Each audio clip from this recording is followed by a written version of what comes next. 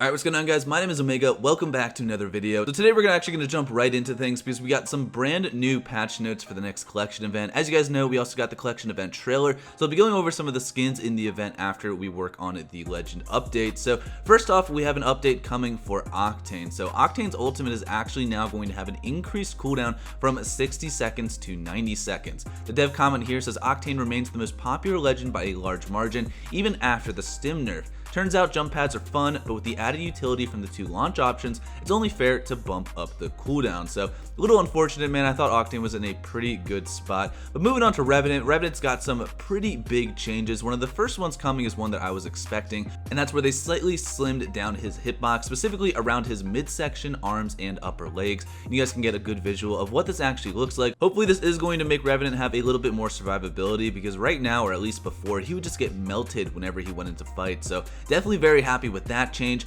Also, his passive climb height has been significantly increased. So it's not literally unlimited right now, but it's definitely going to be a lot more than it was before. The silence duration was decreased from 20 seconds to 15 seconds. They also reduced the duration of death protection by 5 seconds while using the death totem. So, those last two changes are a little, interesting. I know some people think that Revenant is a little overpowered. So I wonder if these changes, along with his hitboxes, will make him in a better or worse spot. Hopefully for the better, considering that he does have his brand new heirloom right now, which looks so amazing. We'll talk about that more in just a second. So Lifeline got an interesting change here. They increased her hitbox size mostly in her legs and waist. So that means if Lifeline gets hit in the bottom part of her body, it's going to be more likely to actually make contact with her. Now, Bloodhound also got some changes. Scan revealed time was decreased from 4 seconds to 3 seconds, so that's interesting. And Beast of the Hunt duration was decreased from 35 seconds to 30 seconds. So in the dev note here, it says Bloodhound has remained a popular and powerful pick for multiple seasons now,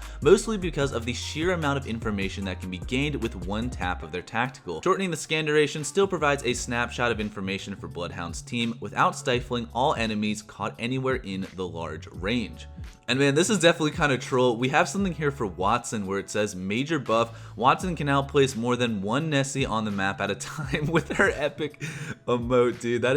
It's so troll because so many people in the community who play Watson really wanted some kind of Watson changes. I mean, not everyone, but there was a very large amount of people who wanted this, and the fact that they said major buff, she can now place more Nessies throughout the map, is super troll, man. Now, in terms of some weapon balance that we also are going to be getting in this patch, the P2020 is getting what looks to be a buff at first glance. So they increased the fire rate from 6.25 to 7, the base ammo was increased, as well as all of the ammo from the magazine. So level 1, level 2, and level 3 is now going to have more ammo for the P2020, which I guess is definitely a good thing. Spitfire has a slight nerf. I don't think this is really going to be anything huge. They increased the hipfire spread and also said that the Spitfire has continued to overperform, so we're hitting its close range hipfire accuracy, which should help bring it in line. I think the Spitfire might need a couple more changes rather than just the hipfire spread, but again, we're just going to have to wait and see on what that actually does. With the 30-30 repeater, they slightly increased the projectile speed and reduced the charge time from 0.5 seconds to 0.35 seconds. So small buff for the 30-30. And then we got another small buff here for the longbow, where the damage was increased from 55 to 60. Now, for arenas also got some adjustments basically to the economy and how much things actually cost. So I'm not going to go through all of these. I'll show you guys a screenshot, and if you guys want to look at it, you can just pause the video and go over it for yourself. They also changed some things with like arc stars, gold backpacks, as well as legend ultimates, just to make them either a little bit more expensive or a little bit less expensive to balance them around arenas. A scoreboard was added for arenas mode when you're actually looking at the map. So this gives it a little bit better of a UI and makes it easier so you can visually see how many kills you have, as well as your teammates, as well as the enemy team. And they also said from round 3 and onward, you will now start with a shield battery in addition to 2 syringes and 2 shield cells. So that's definitely a nice change for arenas. Care packages will also land 5 seconds earlier to make the contained weapons more viable option before the round closes out. Definitely a really good change, man, because I never found myself going towards the care packages. It seems like they just came in a little bit too late, and by the time they did drop, I was already in the fight, not really worrying about, picking up other weapons. And also the 6x scope was moved from base sniper weapons to the level 1 upgrades.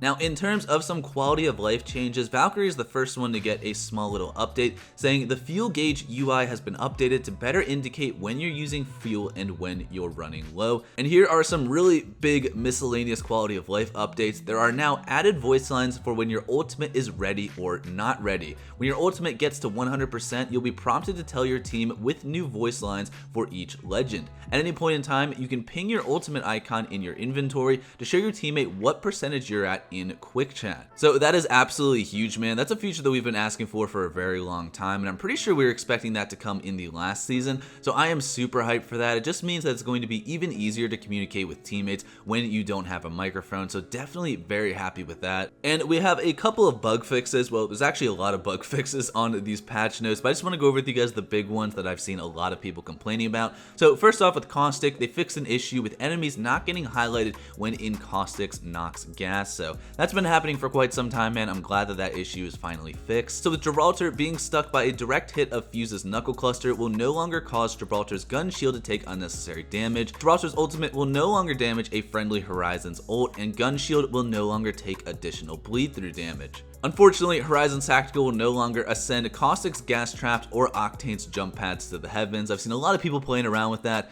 and I'm surprised that they actually fixed that. I didn't really know it was anything too overpowered. And one of the other bigger bug fixes that I see for controller players is they resolved an issue that was sometimes slowing down controller players' turn speeds when running at high FPS. Now, as you guys know, for the map changes that we're going to be getting for this collection event, the original King's Canyon and World's Edge is going to be returning specifically for this event. It's going to be in the Trios and Duos playlist and rotate every single hour. And also, Skulltown is going to be coming to arenas specifically for this event. I'm not sure if this is going to be a permanent change because in the description here, it looks like it's just saying it's during the Genesis collection event. Maybe they might decide afterwards if a lot of people like it and people really want to keep Skulltown in arenas, it might be a permanent addition to these map rotations. But as for right now, it's just going to be for this limited time event. Now, in terms of some of the skins that I noticed from the collection event trailer, I saw one for Loba, we got one for Bangalore, Horizon, obviously the one for Revenant looks very cool. Crypto, which is like a Taejun Park Crypto skin, what he looked like before he became Crypto. We have one here for Pathfinder that's kind of hard to see, but you get a better view of it on the website. One for Watson, and as well as one for Valkyrie. And the only weapon skin that I really noticed from this trailer is a new one for the Sentinel, which does look really cool, man, but obviously we're going to be getting 24 event limited cosmetics during this collection event. And there's also going to be some free rewards, obviously, that we get during this event. And as you guys can see right here, there's a bunch of different things you can unlock, including trackers. You got some weapon charms, a skin for Watson here, as well as a legendary skin for the charge rifle, as well as the EVA 8. Kind of surprised because I'm pretty sure the EVA 8 got a legendary skin in the last event through this. And then we have two rotations of the store here. The first one is going to be from June 29th to July 6th. Keep in mind, June 29th is when this collection event starts. You're going to be able to pick up all of these items in the store for Apex coins, as well as these bundles, which will also give you event specific packs. And finally, from July 6th through July 13th, we have the same two skins here for Loba and Crypto, but then we're also going to get some new bundles here, one being for Caustic. We also have a Pathfinder bundle, as well as an R99 skin and a Spitfire skin. So yeah, let me know what you guys think about this new update. Keep in mind, we're going to be getting all of this in the next couple of days, so I am very excited for all of this new content. Hopefully you guys enjoyed today's video. If you did, make sure to drop a like and subscribe to the channel. Can't wait to be showing off all of these skins to you guys when I do pick up this Revenant Heirloom in the next couple of days. But anyways, hopefully you guys enjoyed. I'll see you on the next one. Have a great day. Peace out.